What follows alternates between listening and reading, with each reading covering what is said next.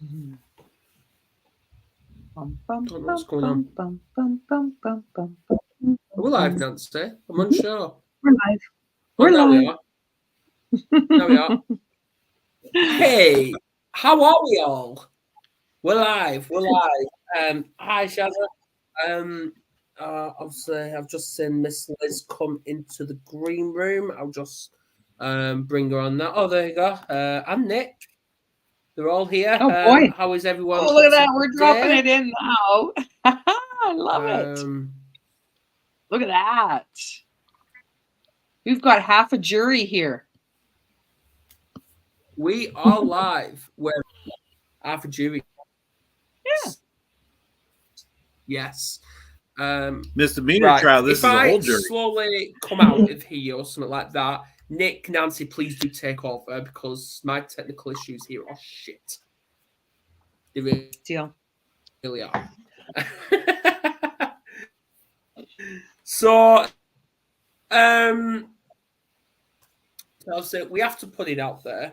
Obviously, before we get because of the topic we're talking about tonight. We are going to be talking about many many identities. That's how I'm going to call it because obviously I thought, you know what? Hi Ryan. Instead of having it voices, it's more of an identity, isn't it, Liz? When we're actually pretending to be who we are actually wanting to be. Actually, it's multiple things. We do it because of bullying, sexual abuse. There's many reasons why people mask. There's many different behaviors of masking as well. Um,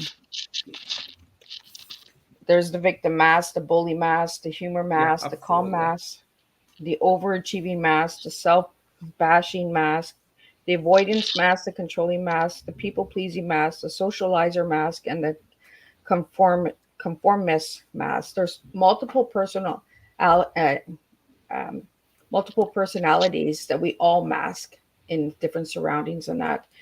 And the reasons that we do this is because of social pressure, bullying, abuse, and fear.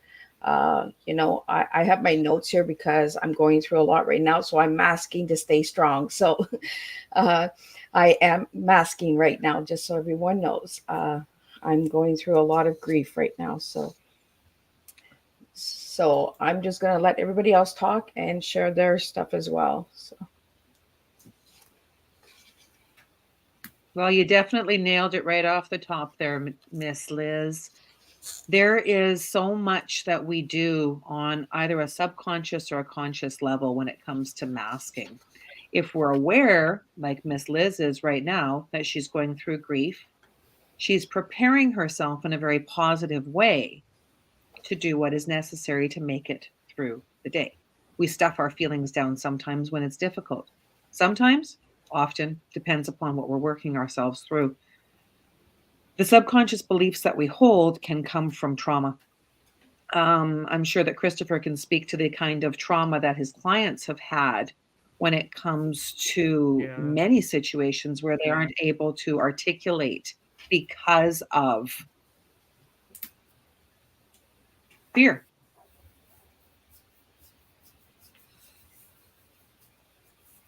Maybe.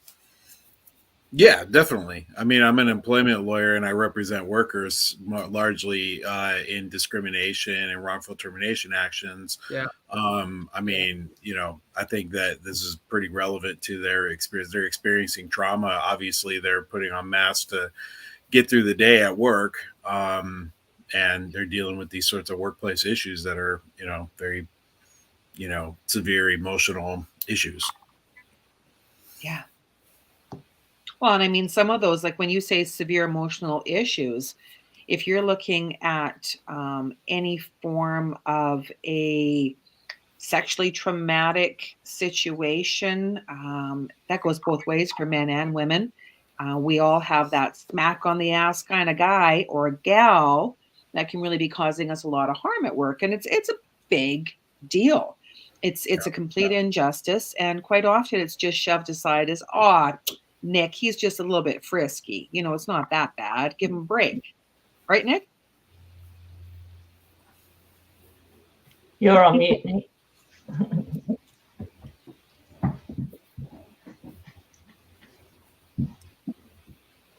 Ew. Or Julia. Hello. Yes.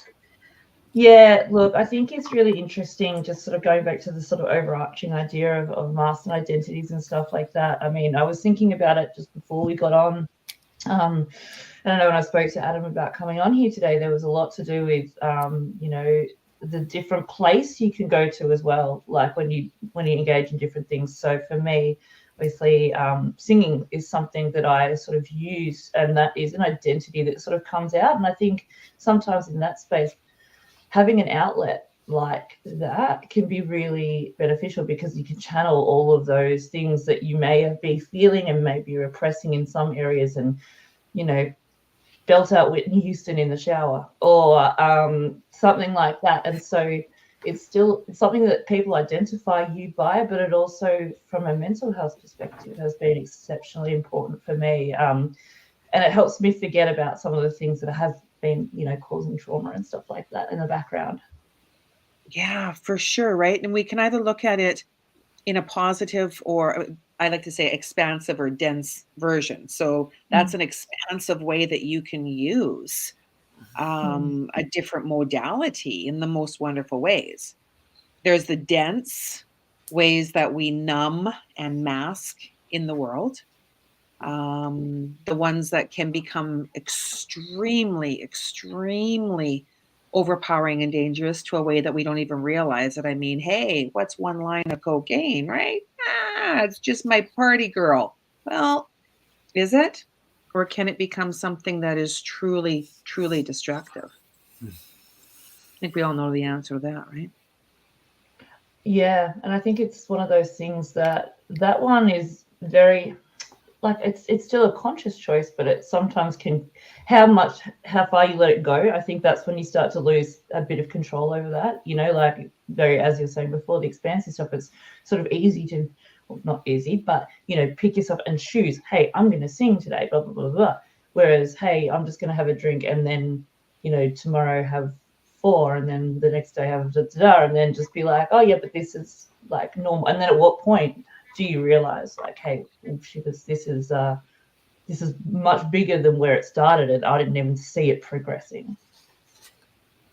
Right, that's where that behavior that we don't realize the destructive element. And there's a lot of behaviors that are like that. I mean, gosh, how many bags of cheesies is really too much, right?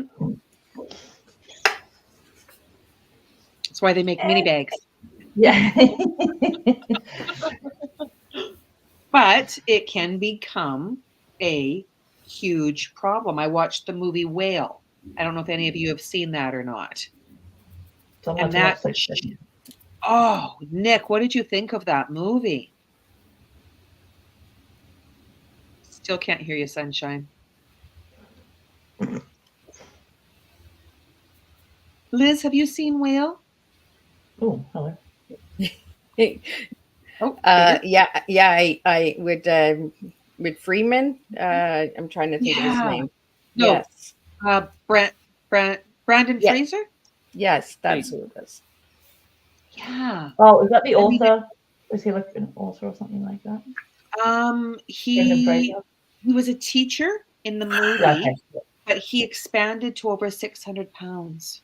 And it was such a beautiful, it was the full circle story where his character, it was a coming of age story as he worked from the parent mask, the mask of someone who was obese, and then cleared some of those masks so that he could have a better relationship with his daughter. So I was curious. Yeah, but so I remember seeing a bit of like the making of it and seeing the bodysuit he had to wear, which was just absolutely insane. I was going to ask regarding, so Liz, earlier touched on all of those, the amount of different masks. And I imagine it's kind of like a bit of a color scale, right? You like it's just you can be wearing so many of those masks at the same time. Um, and I guess it's so interesting to sort of understand that a bit more. Like there'd be ones that we can't identify yet because it's three of them. You know, do we find that a lot? That, or is there sort of any sort of stats on how, you know, how many masks we think we're wearing at any one time? Or Well, there's different examples of masking behavior, right? It's the changing how you express yourself, through your facial expressions, your body language, your tone of voice.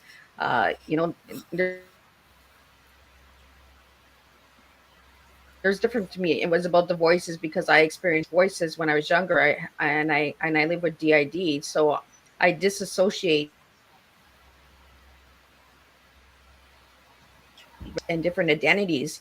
But over time, with healing and therapy and that, I lost those voices. So I became angry, right? I became confused. Where did these voices go? But they were actually survivor skills that I had that I would use to get through different experiences and different environments and that.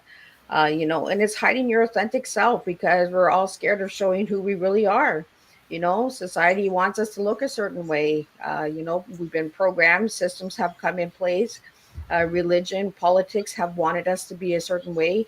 We all have our different beliefs and patterns and cycles because of the way that we grew up.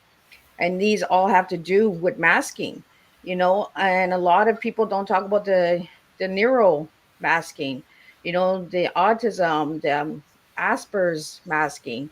There's so many different forms of masking that we don't even speak about, that we don't even know about. And then we're masking light on distress. Like right now I'm going through double grief. I've lost two people in less than a week, uh, and from a passing that they went to bed and never woke up. So it's a hard grief to overcome. But I think that we need to really truly bring awareness through our stories. Like we're all sitting here and we've all masked some time in our lives. uh, you know we all try to put this brave face on. Like right now I have to be brave for my children, as a mom. Um, so I think that's what we really need, to just get the authentic selves out there. uh, Nancy knows me because we're sisters in Sacred Hearts Rising, but there's days where we fight to stay strong because we have overcome grief of a child, that we've overcome.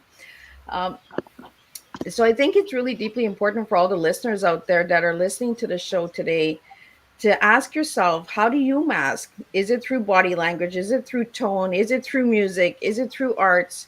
You know, like, and let's get that conversation going, and let's get people engaged and say, share it. Don't be ashamed of your mask. Share it, because we're human beings. We all do it. So for anybody that says that they haven't masked, I'm just like, ooh, I don't know, man. I need to kind of look at that a little more, because we all have gone through some form of distress in our life, some form of trauma, some form of mental illness. So I'm just a woman that brings a voice to the table, and I just bring tea. I just teach educational awareness through my personal story, and I mask a lot. And all of my real friends know that Miss Liz masks a lot.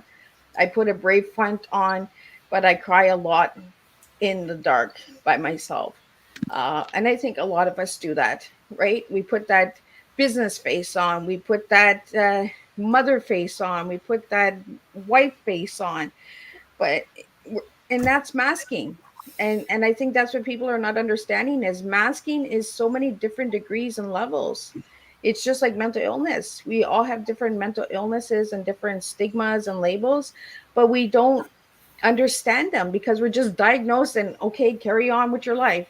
Okay, you have BPD, you have DID, okay, carry on, here's your medication, ta go on, right?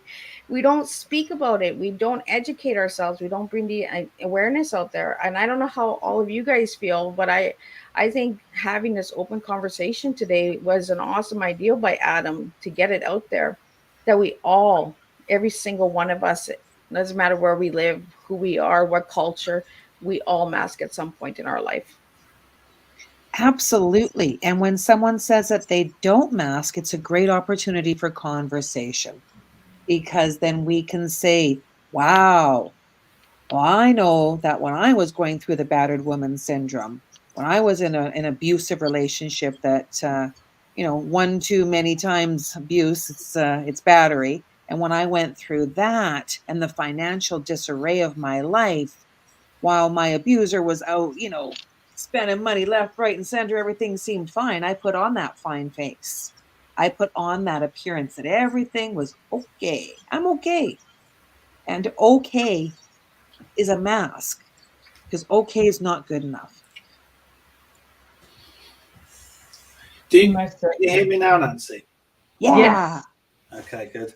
So, I mean, clearly, the mask is how we it helps us cope, and in situations that are challenging. Do you think, looking back, either you, Miss Liz or Nancy, do you think that, that actually, but the mask served the purpose, it helped you get through really tough, challenging, traumatic situations? So it was a positive thing in it by using the mask, it helped you cope with the situation? Because I guess it's ideally we should be able to be of ourselves and authentic, and we hear a lot about respecting or valuing authenticity more when people are genuine themselves. But actually I think perhaps having a mask helps us cope with really quite challenging behaviour. And if we didn't have a mask, we were just ourselves, perhaps we would struggle to cope more. So I don't know what you think. My mask was the glue. My mask was the glue that held me together until I could find the support that I needed. And I mean, I went through lots and lots of layers and levels of support. I mean, what Liz was saying earlier about writing, my first writing experience, wow, what a challenge. I had great people that I worked with. My second writing experience, better. 3, 4, 5, 6, 7, great. Here I am back again, writing my memoir, going through those different layers and levels again. So it's definitely the glue that holds us together. I'm wondering, Christopher, from a male perspective, tell us about the masking of man, because you're a man. It's funny because actually I was just thinking about the bio that I wrote in the back of the last few books I've written. It says mask in there. It says I'm a lawyer. When you see me in court, you see my mask. I mean, I'm like a punk rock kid. I'm a skateboarder kid. I'm a criminal. I'm a deviant. I'm an alcoholic. I'm a person that suffers from anxiety and depression. And it's like that's all I do. I mean, like law school, taught me how to put masks on more effectively, basically. So I mean, this is huge. This is all that we do. I mean, all that I do, what I mean, is posturing. And especially for a couple of years I was a criminal prosecutor, and it was like I was really putting on the mask because I'm like like the government, what I mean? I'm the person bringing forward, like the criminal charges. And it's, speaking to juries, it's like, like you show them what you want them to see. You don't show them who you are. So I guess in your job, Christopher, I mean, you have to be very confident or seem very confident because, you have a nature of what you do, particularly, you're in the law, the legal setting, you represent people, you're combating people in that verbal way. I suppose you're under a lot of pressure to put a certain image across and you sort of come across in some way, I guess, in what you do. But yeah, absolutely. I mean, even when you're like a little kid, I mean, it's like I just wrote a book called Professional Camouflage, and it's about, like this guy who's an attorney who, he doesn't fit, like into the profession cleanly because of all the rough edges that he brings with him. It's, it's like I started learning how to, like do that, like when I was a little kid, not, like in terms of what I was going to do professionally, but like when I was a little kid, I mean, lots of people grew up in rough neighborhoods. I grew up in a rough neighborhood. It's like if you weren't tough, you learned how to be tough, you know what I mean? You know, like at least long enough to get down the street, you know what I mean? Like, so, you know, I started, like posturing up and pushing back on people, you know, as a, you know, a mechanism to get through life, not because I was born, you know what I mean, like tough as nails. I'm pretty tough now, but you know, like I didn't start that way. So, I mean, I feel like a lot of what I'm doing professionally, it's like a lot of that actually is who I am at this point, because I've been doing it for like decades, you know, but, you know, it took a lot of practice to, you know, to get there. But I mean, I'm still pretending a lot of times too. Because I know some people who work in very, like I know some people who work in law or like accounting for high finance companies, and they feel they have to wear a mask all the time to act in a certain way. And then when they're outside of work, they sort of feel they have, you know, they have to strip off that mask and unleash their inner, perhaps creativity or side of them, which they have to hold in their corporate culture and corporate work. And it's quite interesting. They say to me, "Oh, you know, I have to act a certain way and present a certain way all day, every day at work. So when I'm out of work, my real me comes out." And I don't know whether that resonates with you, you know, but yeah, I mean, you know, I sit in like offices and like big office towers downtown, you know what I mean? Or, you know, like courtrooms, and, you know, and it's like, you know, sometimes I just sit and like kind of, you know, like think, man, you know, like, do any of these people realize that I'm just like, you know, like a blue collar kind of like, you know, like white trash kind of kid from like, you know, like South Tacoma, you know, which is, you know, near here. It's like, you know, that's it, you know. Well, I think it's really important what Nick said, because he said the word coping, and we all cope with life, right? We all get trauma and struggles in our lives, and you know, we get disappointments, we get failures, we get success, and we cope with life. We cope with different aspects that happen in life, you know. But there's ways that we can overcome the masking as well, is, you know, by being that advocate, being that voice of change and saying, you know what, I know I'm masking right now, being honest with yourself. Like I'm being honest with all of you guys here today. I know I'm masking at this point because I'm struggling to even just keep it together, you know. And I think being that authentic self, being our true self, and saying, you know what, it doesn't matter what anyone thinks of me. This is what I'm doing right now. I know I'm masking. I'm not going to hide it from anybody. I'm going to be honest about it. I'm going to say I'm struggling and I'm coping. So when you said the word coping, Nick, I was just like, that's what I'm doing. I'm coping right now, you know. And we just got to learn to accept ourselves.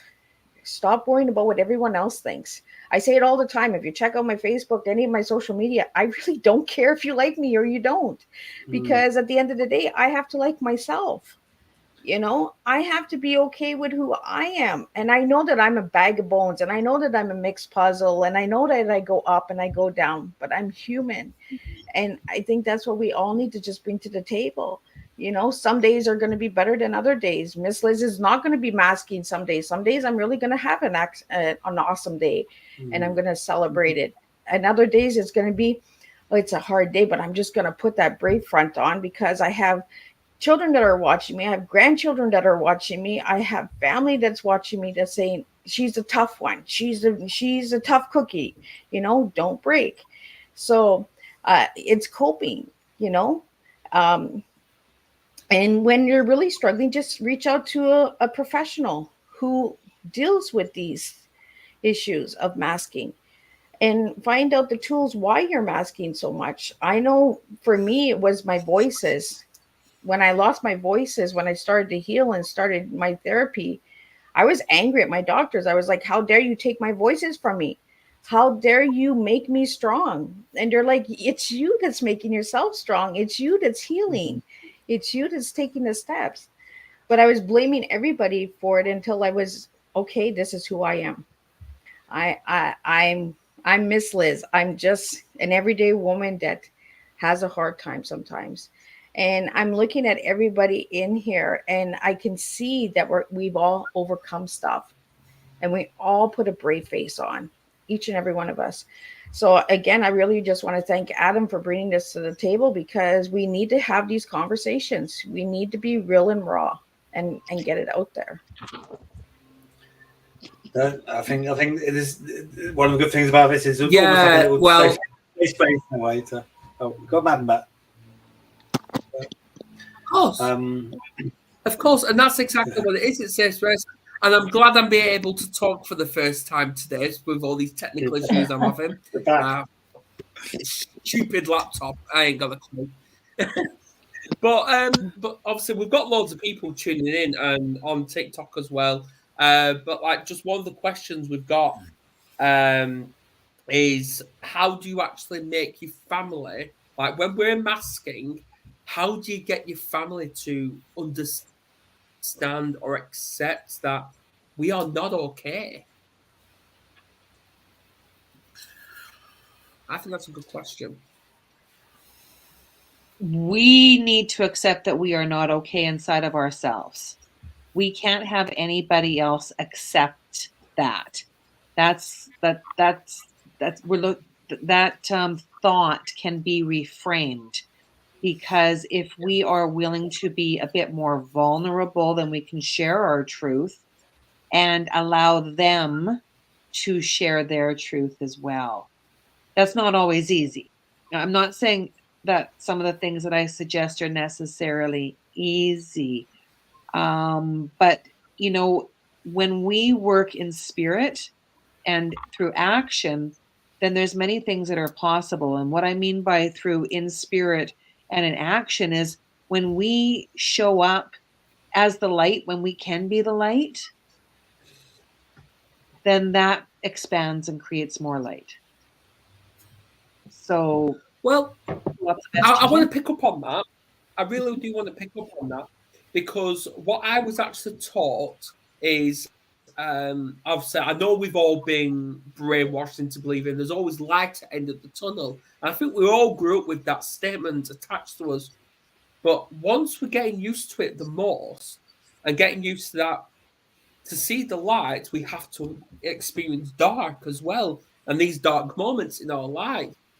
I think I'm starting to believe now there is no light at the end of that tunnel. There isn't, because we ourselves are both the dark and the light. And that's up to us to do that, because obviously I'm always listening to inspirational and motivational speeches. And obviously there's a statement as well is, and I always say this to my kids, always ask them, is if you can pick an animal, it could be any animal you can think of, what would it be? And obviously they name them. I'm like, right, okay, imagine that is inside you, those two animals. Which one do you think? And if they got into a fight, one's called positive, one's called negative, which one do you think will win the fight? They can't answer. And I basically, it's one you feed the most. Yes. And that's what it's all about. Yeah, it is the one that you feed the most. That is such a beautiful, beautiful, beautiful truth. And hold on to hope. Hold on to hope. Hold on. Pain ends. Always. Hold on. Pain ends. When things seem to be impossible, there's a possible in there. When you take the word impossible and you add an apostrophe, it becomes I am possible. So find somebody that can help you through it, for sure. I think also, just to add, like, in that point of Adam, you say, no, what do you do? With, for example, want your family to accept you. I think you have to think, well, what if, if your family or other people don't accept you? Well, sometimes in life, for whatever, people don't accept you for whatever reason. That should not then frame become your how you, that should not affect then how you feel about yourself, because whether people accept you or not, that's kind of their reaction, which obviously you want people to accept you, but if they don't, that should not be the ultimate thing, is it? That should be the definition of then how you proceed forwards. I think, so, whether you can get people to accept you, the reality is probably can't always get people to, but it shouldn't be that shouldn't define you as a person, whether people accept you or not. I think that's the wrong way of. This is what I keep stressing as well. Like, I know out of all of you, I know Miss Liz knows me probably the best. I don't know, but I know me and her always have banter, which I know she loves me for. But I'm just straightforward with you, Adam. Of course, that's what we like. But I think this is why me you get on so well is because we just say it as it is, and we don't think about the come on, get it out, Adam. The repercussions of it. But basically, this is what it is if people got a problem with us, that's not our problem. That's their problem, and we shouldn't have to live in fear or live in a dictatorship or tread on eggshells about what people actually think of us. Yeah. Do I believe people talking badly about me right now? Of course they are.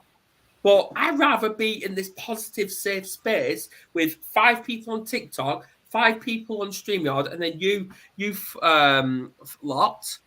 I think my life's perfect right now. I'm loving it. I don't care about any others. But Adam, we talked about this. We talked about people not liking us, right? We talked about this because there is a degree where if somebody doesn't like us, maybe there is something that we're rubbing them the wrong way, and maybe there is an attitude or a mood or an emotion. It could be because we're masking at that time, and this person doesn't know we're masking, so they're getting rubbed the wrong way, But there are situations where we might be upsetting somebody, and we need to be able to listen to that as well and say, oh, maybe I need to slow down a little bit.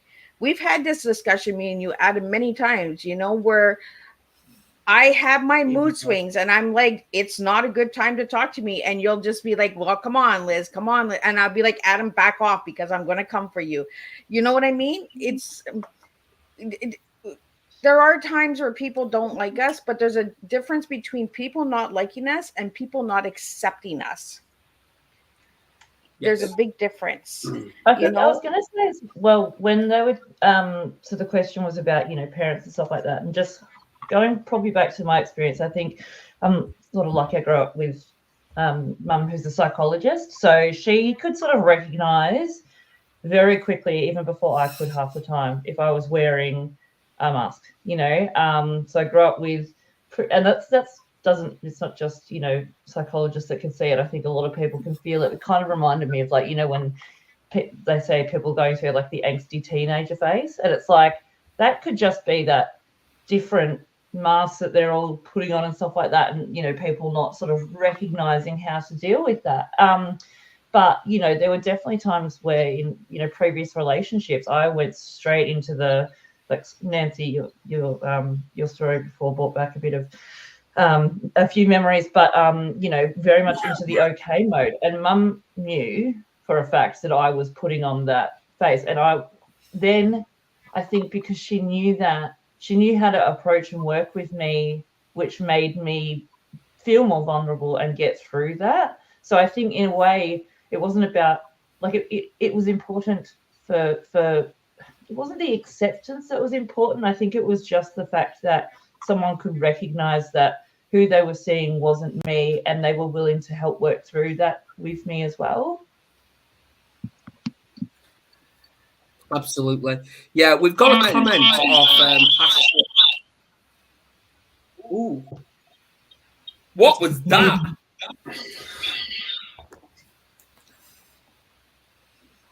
Nancy's got on mute, so is that your spirits, Nancy?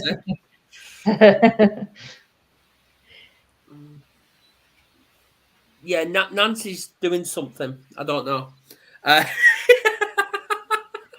But we've got a comment off Ashley, who's obviously supposed to be here tonight, but she's obviously not well. She's put, it's Ashley here. When it's family, it's definitely easier said than done to not care what they think. We can live in a fear of rocking the boat.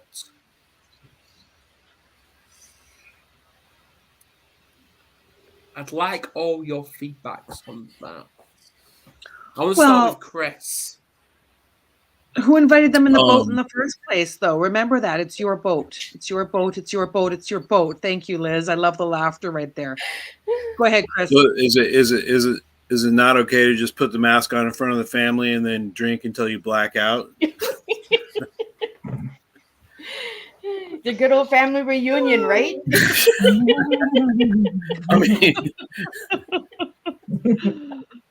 no, but yeah, I mean, it's, look, I have kids and I have a wife, and it's like, like, I mean, half the time I'm putting on, it's like, I don't know how to drop that, because a lot of times it's like, you know, like I have to be doing, I have to be the masked guy, because, you know, they're expecting, you know, like someone to, you know, like show up and support them, or they're expecting someone to, you know, like this or that, you know what I mean? It's like what they expect a lot of times is the thing that I'm projecting out, you know, to the world. So I don't really know how to deal with that. You know, it's like I have to kind of still be that person when it comes to, you know, comes to my family. So I don't really know. I don't really know where or who I get to drop the mask around.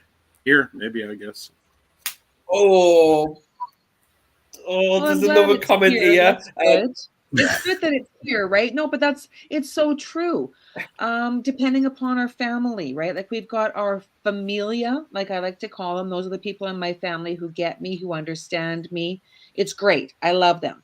And then there's the part of my family that doesn't have a flying fuck as to who I really am, because they have expectations on me that I will never live up to, ever. I'm getting better at that. Right. Yeah. We've got a few comments. And then I want to get to this question. And Carrie, I hope you're still here, because one of these comments you're going to absolutely love. We've got Shaz saying your choice who you allow in your boat. Because at the end of the day, we're a captain of our own ship. It doesn't matter. And it's up to us which crew we have on it. Liz, so don't make me sweep the decks, but it's okay.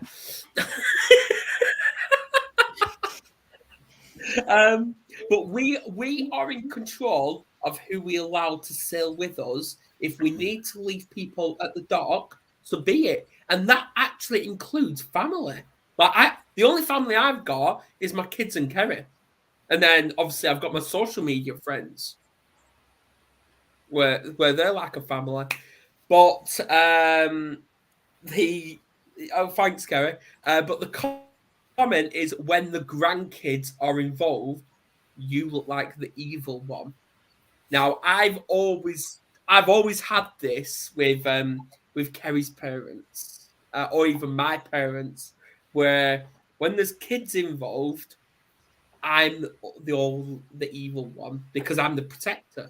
I'm the evil one, and I'm apparently poisoning minds. Oh. What do we do?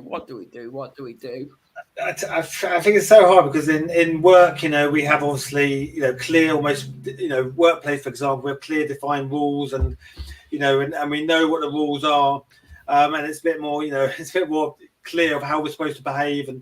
But I think with family, you know, it's emotion, isn't it? You know, it's you know, it's and the relationships are more complicated, especially when you've got grandparents or you know, in-laws, you know. So I think clearly, you know, it's some, you know, it's something that's different to every individual. It's, you know, because how some people are very close to their in-laws, some people just, you know, can't even be in the same room with them. So I think it's really, we have to decide, you know, what's important to us, isn't it? You know, like because we, you know, like it goes back, can we please everyone? Can we have a great rotation of everyone? Probably realistically not. So, you know, maybe some people have to have a mask with, but obviously, really, who's it important to, you know, to wear a mask? And hopefully, it's only a few people, you know, and most people, hopefully, you don't need to wear a mask. But you got to, I think, it's trying to identify who's important. You know, that it's those people that matter, that you can be yourself. Well, I think Julia can understand what I say when I say we can change the frequency of our message. We can change the frequency of our message. So I can change the frequency of what I'm going to tell you by my tone, my words, and my smile, which is, yes, applying a mask. I can tell you to, you know, leave my room and come back with a better attitude, in a very kind, eloquent way. So frequency. I think it's frequency. What do you think, Julia? Yeah, I agree. And I think it's interesting, and it was, I think it's in my experience, it was novel because, and I think this is probably the same for all of us, like here we are identifying when we're wearing a mask, but then when they're wearing the mask as well, and those masks aren't, and not recognizing that, and are those masks talking to each other, and are you both walking away from that situation thinking, was that authentic, or did we both just lie to each other? Is that, and that's such an interesting thing. As I said, we're focusing on us, but I'm like, the people that we're dealing with, no doubt, we're all admitting we're wearing masks, but those moments of conflict and that whole, I'm going to go back in this, eloquent way, or I'm going to go back potentially in this passive aggressive because eloquence didn't necessarily work, and shifting that mask, but then they might be shifting their mask as well. So I like that's a really interesting thing. And then, you can come to the point where it does work, or then you can come to the point where, you end up needing to actually remove yourself from that situation. Absolutely. Yeah, well, we've got Chris Roush in the house. I know, I just saw him. letting I you all saw know. that. So Chris, Yeah. Yeah. Right, Get this a question, good and I accountability want to ask coach. everyone this. Yeah, I want to ask everyone this. Stephen Ray, he put this, almost 10 minutes ago. How can we be expected to drop the mask for the people who made us wear them in the first place? I think that sort of goes back to that point I just made, funnily enough, is that we take on that mask, and it's, I don't know, I don't know, probably not the right person to answer the question. I don't know if there's the expectation to drop the mask, but it's, I guess, that awareness that we might be wearing it, and then working sort of through that. Practice. Yeah, Practice. absolutely. Practice. Yeah, Practice. It's the same way that you learn to play guitar, and Christopher learned to become such an incredible lawyer, and Liz, Nick, right? Practice. Absolutely, I think for that question with Stephen, I've been looking at that question for the last 5 minutes, and here we go. when it comes to family, some people know my story with my family. I masked for years with my family because of domestic violence. Like Nancy mentioned, we put that brave face on, right? When I left that situation and that relationship, I no longer mask. So my family today don't know me, and they're like, "Where's the mask? Where's the Liz that we know?" Because Miss Liz has taken that mask off. I'm no longer wearing that mask that I wore for 16 years. And do we really have to remove the mask for these people? I don't think we need to. Masking is not unhealthy. It's coping mechanisms. It's getting through stuff. It's okay to mask. We shouldn't be here saying don't mask, because then we're taking away from how we cope with things, and everyone copes with things differently. Uh, you know, Coping is part of life, but there's a difference between coping and masking as well. Is when you start masking everything in your life, and then you don't even recognize yourself, well, then there's a problem. Then you need to start getting some help. You need to get some professional help, because you're no longer even knowing who you are. You just mask, and then when someone's like who are you, you can't even answer the question. You can't even say, well, I don't know, let me figure that one out, you know because I've masked for so many years. Exactly. And that's how it was when you're in a domestic violence. You mask for so long that you lose yourself. And then when you leave that situation, you find yourself and you're like, oh, this is who I am. Oh, I have a voice. Oh, I can do this. Oh, I'm allowed to do this. So it takes a lot of time. And I'm a survivor, and I'm not going to tell anyone, any of the listeners or any of the panelists, to not mask, because that would be wrong to do, because I'm telling you to take away your coping, take away how you get over things, how you overcome stuff. Like Julia said, music. masking through music. I'm not going to tell her take music out of her life if that's how she copes. Like, I'm not going to tell somebody to take art out of their life if that's how they cope and that's how they mask. We would do more damage if we tell people to stop doing stuff just because it makes us uncomfortable. Well, you know what? We all have made somebody uncomfortable in life. We all have somebody who is like, oh, I don't know if I like that person, you know? And it's okay. We don't have to be liked by everybody. Not everybody has to like our tea, not everybody has to like who we are. So, you guys are all incredible. And all these comments that are coming in, I'm reading them and I'm seeing them. And I think, Adam, this conversation needs to be out there. We need to have these real, raw conversations more. I just want to ask Julia a question. When you mask through music, is it through singing? Is it through instruments? Like, yeah, I want to get singing, more yeah. into that because you have me curious, sir, with the music. No, definitely singing, but I think it's like, I got a guitar during lockdown, and I've established 4 chords, so that's good. That's good. There's a lot of songs you can play with 4 chords. Unfortunately, singing and playing at the same time still has me a little bit all over the place. But look, with the singing for me, I think it's part, and that it's still a mask. It's singing, but from a mental health perspective, and I know sort of doing a lot of, wondering why I felt so elated after just sitting down and having a bit of a sing session, or getting in the car and going for a drive and just belting out some, Backstreet Boys or something like that, because I'm cool. We're going to give our ages away now. No. I'll be doing that when I'm like 90. It's fine.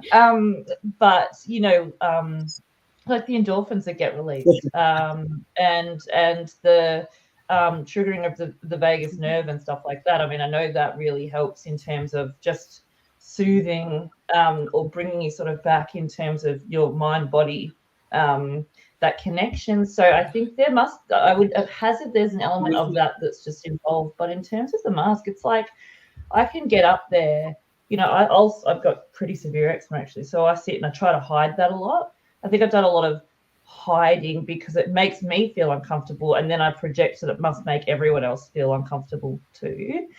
So then when I'm singing though, and people, I can see people sort of like enjoying that, and I'm enjoying that, and we're feeding this really positive sort of emotion, and I can be up there, as I said, singing country or rock, and I can be the country chick, I can be the rock chick, I can be whoever and I'm saying who I want to be, but really it's just me actually projecting what I would normally hide, because of other things that are in my life, and that mask of the hiding away thing sort of in those instances turns into the, today I just want to be a rock star, let's go and do it. And that's, I think that's an example of that, the positive ways to mask, and a coping mechanism, 100%. It's interesting, Yeah, so I was saying, putting on that sort of thing, put a positivity on, and being yourself. I do a lot of public speaking, and I'm a member of Toastmasters, and I have a club that meets, and we have a lot of guests who come and have a little time on sort of stage or in front of the room, and a lot of new members, and who are very nervous when they go on. And obviously everyone who goes on stage, a lot of them are, you see them trying to put on their mask to look ready and hyped up, look professional, confident. But when the new sort of members speak first time, nearly always they say, I'm sorry, I'm nervous, or I haven't prepared, or I'm sorry if I don't come across confident. And we always say, never apologize, when you go on stage or speak to a room, just share your stories, show emotion, be yourself. We say the one thing is, never apologize.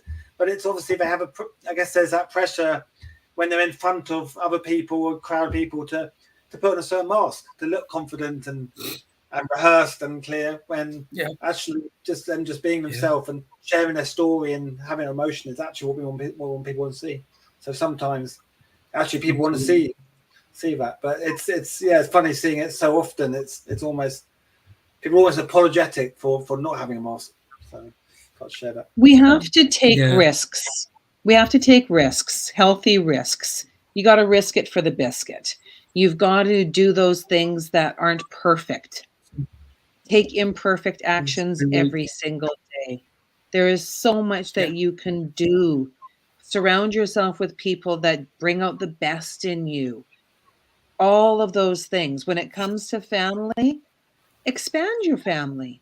Liz and I are like family because of a writing experience. Adam and I are like family because of this beautiful show. Same with Nick. Expand your family. Find people who love and support you so that you can mask less and be more authentic to yourself. Absolutely. Yeah. And that's what it's all about, is bringing that unity together. That's what it's all about. Yeah, because obviously me and Nancy, we've got that energy where we just connect. Me and Liz with the constant banter. Yeah. I always make a laugh, always. Well, I think it goes back to what Christopher says, right? When he's in the courtroom, he has to put the mask on. It's not like he's asking to wear the mask. He has to wear the mask. You know, he can't be the father in that moment. He has to be the lawyer in that moment. You know, it's when we go to work, we have to wear a mask because we're expected to do certain things and look a certain way and speak a certain way. And then when we get home, we're like, oh, that was a hard day. Like, let's just take a break, right? Let's have a cup of tea. Let's just, recharge ourselves. But it goes back to also what Nancy says. Like, I'm picking up from all of you guys. What they with Nick, it's the coping. With Nancy, it's the frequency. With Julie, it's the music. And with Christopher, it's the career, the field of work. And Adam is just Adam. Like Adam Adam and me, we have this special relationship. He's some days he's like my son. Some days he's like a pain in my side. But then there's other days he's my best friend. It depends on the mood that me and Adam are in, and we do banter back and forth a lot because we're both headstrong people. We're both outspoken people, but we pick up from everyone we're around. And when we can actually pick up mask with frequencies, like Nancy said. You walk in a room and you go to a certain table and you're like, oh, I feel welcome at this table. Then you go to another table, you're like, oh, okay, let me just step back this one a little bit, right? And it's like when I do my podcast, I have anxiety during every single tea time, and everybody's like, oh, Miss Liz, you're so cool, you have it down pat. You guys don't see my fingers jiggling, me doodling. You don't see any of that. You see the top of my head. Just like during this podcast, I've been doodling. I have paper here and I'm taking notes and I'm watching the questions and everything, but I'm listening and I'm engaging, and that's what we're all doing on this panel is we're engaging with one another. We're picking up from each other and we're saying, you know what? Oh, that's something I never thought of before, like with music. That's why, Julia, I asked you that question, because I never thought of music as masking. Christopher, I never thought of a career as masking. You know what I mean? Because for the last 3 years, everybody's been at home because of lockdowns and stuff. So a lot of people are doing virtual stuff now. So when they get into society, they don't know how to act. So automatically they mask, they put that face on. And we've been masked, right? With the actual mask across our. So we've been told to keep quiet for a long time. So there's different forms of masking, and I think it's just incredible. Like I'm seeing all of the engagement here. I'm seeing all of the different ways of how we should be celebrating masking, because when we celebrate masking, we're celebrating ourselves. We're celebrating that we overcame something, that we did this. We had the struggles and we beat it. It's like going to court, right, Christopher? You win the case because you masked really good. You did a good job in the courthouse. Like, well, there's a great reason when you go to work, to drop the mask, which is actually during jury selection. When you talk to juries, if you don't show them who you are and you don't talk to them like kind of from the gut, they think you're phony. So the mask goes back up once you start like presenting a case. But it's like during jury selection, that's when you get to talk to jurors. It's like strategically dropping it, you know what I mean, is something I've been doing forever. I mean, when it benefits me to do so, like with family members, like to the prior question, I do, you know what I mean? When there's a net benefit to like, like showing one of my kids who I am for a few minutes, then I do it, but yeah, as with all things, I'm an attorney and I manipulate things and I use it to my advantage. So Well, I think we all do. Yeah, absolutely. Yeah, right. Yeah, final question, and I have to, and this I'm going to start with Nick. If you saw your younger self masking, vulnerable, living in fear, what piece of advice would you give that small Nick? Well, I think for myself, when I was younger, I was too worried what other people thought of me, or what people thought, about what I said or how I behaved. And I think one of the most powerful, liberating things that I sort of realised, or was being able to not care to an extent. I mean, obviously, I always want to behave and act in the best way I can as a person, but not caring as in really, worrying what people think about me or say about me. When I started doing that, then I could truly be myself. So I think realizing that younger would have made a big difference in my life. Yeah, just instead of always worrying what people think, am I doing this the right way, am I saying the right thing? The moment I stopped that, realized, it doesn't actually matter. Be yourself. That is what I would say to my younger self, because I think I realized that way too late in life.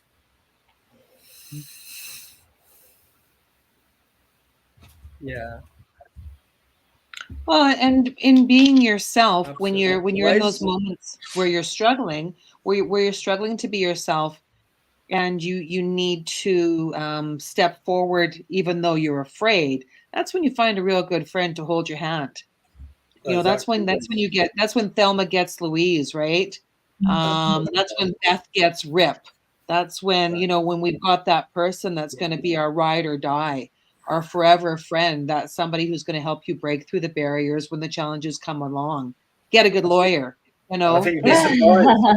I think often when you be yourself and you like you say, then actually you're surprised by actually who does step forward, and it's I think I so agree with that, and that reminded me of when I was quite young and I nearly didn't sing ever because someone told me that was quite close to me that I was ruining a song, and they could have been joking, but I took that so to heart. Like singing along somewhere, at a shopping center or something like that. And I was young, and so that was so literal for me. Like, we laugh about it now because that person was like, "Oh my gosh, you're so stupid." Like, yeah, I didn't mean it.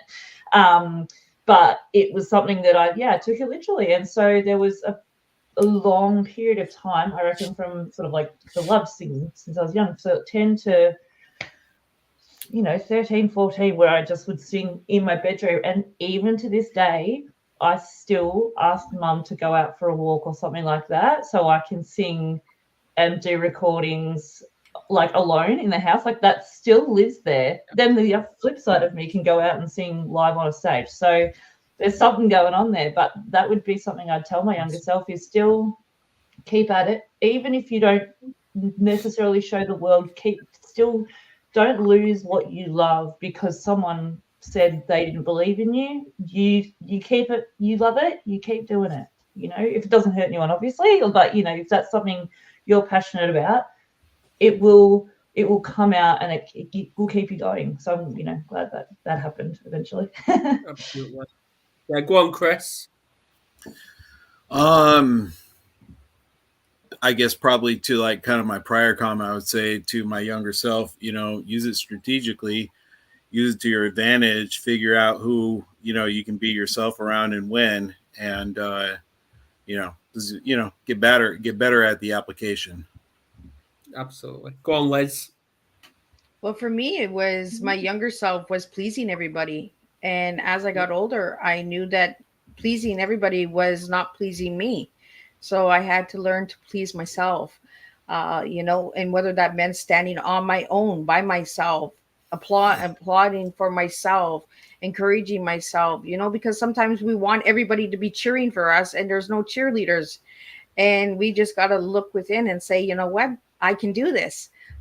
There's times where I do stuff and I'm just like, well, no one's going to like that. Oh, but who cares? Just go and do it anyway. Right.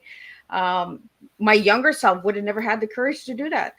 I really had to learn how to believe in myself and how to know that it's okay to be different. It's okay to be who I am, and it's okay to mask. It's okay to cope. It's okay to be not okay.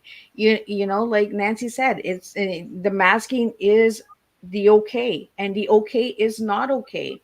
Uh, so for me, it's just believe in yourself. And like I tell my kids all the time, and I tell my little granddaughter this now, she's 3, and we have good conversation and we talk a lot. And I always tell her, they're going to judge you anyway, sweetheart. So just do what makes you happy, because you're going to get judged either way.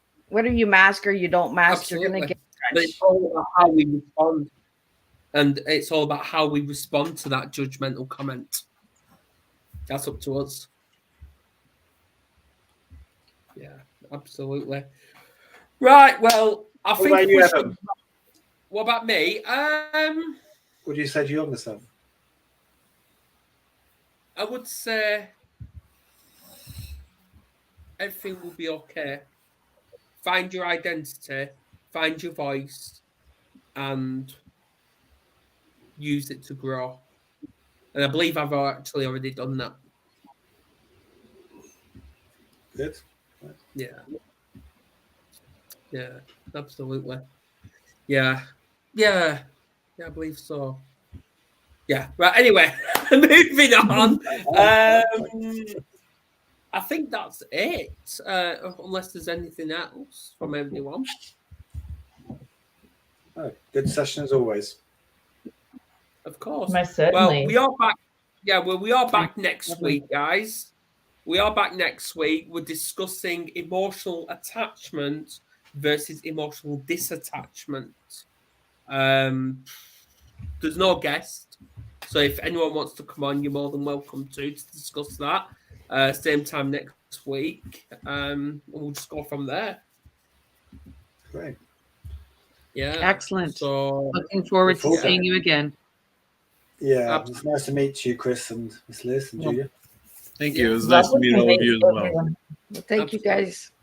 All right, yeah, take well, please share this all and subscribe if you haven't already, and we'll go from there. Right. Well, I'll see you all later. See you later. Sounds great. See you guys.